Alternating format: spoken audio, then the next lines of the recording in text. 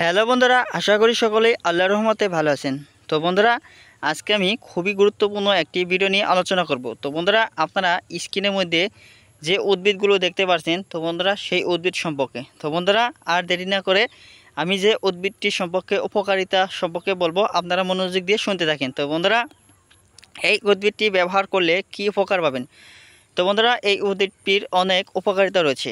বন্ধুরা, মহাবলবান এই ওষুধি গাছটি তার কারণ হচ্ছে বন্ধুরা, এই উদ্ভিদটি দিয়ে যদি কারো মাজায় ব্যথা থাকে, যদি কারো বন্ধুরা হাঁটুর মধ্যে ব্যথা থাকে, যদি কারো বন্ধুরা হাতের মধ্যে ব্যথা থাকে, বিভিন্ন ধরনের শরীরে বিভিন্ন অংশে ব্যথা থাকে, তাহলে বন্ধুরা এই উদ্ভিদটি আপনারা ব্যবহার করার মাধ্যমে আপনাদের শরীরের যাবতীয় ব্যথা দূর হবে ইনশাল্লাহ অনায়াসে।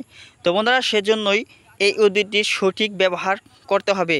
তো বন্ধুরা, আসুন কীভাবে শরীরের বিভিন্ন হাঁটুর ব্যথা, মাজার ব্যথা এবং কি পেটের ব্যথা, বিভিন্ন ব্যথা ভালো হবে আলোচনা করা হোক। বন্ধুরা, সেজন্য আপনারা এই উদ্ভিদটি তুলে নেবেন। এই উদ্ভিদটির নাম হচ্ছে আপাং গাছ। তো বন্ধুরা, এই আপাং গাছ বাংলাদেশের গ্রামগঞ্জের রাস্তায় পাওয়া যায়। এই আপাং গাছ বন্ধুরা শনিবার দিন এক নিঃশ্বাসে এক টানে টেনে তুলবেন। টেনে তোলার পর বন্ধুরা যে শিকড় হবে সেই শিকড় দিয়ে একটি তাবিজের মধ্যে ভরে একটি কালো সুতা দিয়ে বন্ধুরা মাজায় ধারণ করে রাখুন।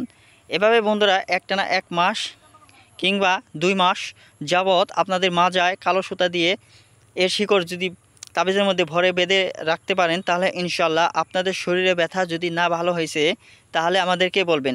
ইনশাল্লাহ আপনাদের শরীরে ব্যথা, মাজার ব্যথা এবং কি হাড়ের বিভিন্ন অংশে ব্যথা ভালো হবে। বন্ধুরা, এই ভিডিওটি থেকে যদি আপনারা সামান্যতম উপকার পেয়ে থাকেন, তাহলে বন্ধুরা অবশ্যই আমাদের এই চ্যানেলটিকে সাবস্ক্রাইব করে আমাদের পাশে থাকুন। পরবর্তীতে আপনারা আপনাদের শরীরে বা যাবতীয় সমস্যা সম্পর্কিত সকল ভিডিও পেয়ে যাবেন। ধন্যবাদ আপনাদেরকে।